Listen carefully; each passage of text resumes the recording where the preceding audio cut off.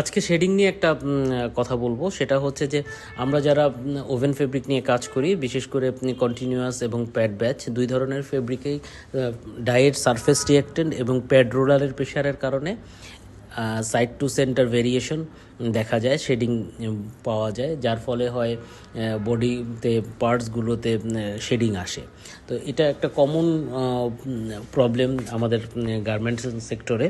তো এই প্রবলেমটার যদি আসে তাহলে আসলে কেন আসে এটা আপনাদেরকে বুঝতে হবে।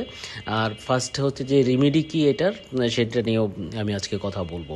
প্রথম কথা হচ্ছে যে আমাদের এই যেই ফেব্রিকগুলোতে শেডিং আসে, সাইড সেন্টার ভেরিয়েশন আসে, তার প্রধান কারণ হলো প্যাড রোলারের প্রেশার বা স্কুইজিং রোলারের প্রেশার যদি ইকুইলিব্রিয়াম অবস্থায় না থাকে, তাহলে দুই সাইডে অথবা মিডলে ডাই পিক আপ পার্সেন্টেজের ভেরিয়েশন হয়। এই কারণে হয় সাইড সেন্টার ভেরিয়েশন। এবং আরেকটা কারণে হয় সেটা হচ্ছে যে আপনার যদি আমরা খুব ভালোভাবে এটাকে নিউট্রালাইজেশন না করি, এবং নিউট্রালাইজেশন না করলে অক্সিডাইজড হয়েও সাইড সেন্টার ভেরিয়েশন দেখা দিতে পারে। সো প্রথম কথা হচ্ছে যে যখন আমরা ডাইং করব, তখন ডাইংয়ের শেষে এটাকে নিউট্রালাইজেশন প্রক্রিয়াটা ভালোভাবে করতে হবে, এবং ডাই করার পরে এটাকে ওয়াশ অফ, পর্যাপ্ত পানি দিয়ে এটাকে ওয়াশ অফ করে নিতে হবে, যাতে এক্সট্রা ডাই বা ড্রাই ডাইগুলো এটার মধ্যে না থাকে, যেটা অক্সিডাইজড হতে পারে। এটা হচ্ছে ডাইং সেক্টরে।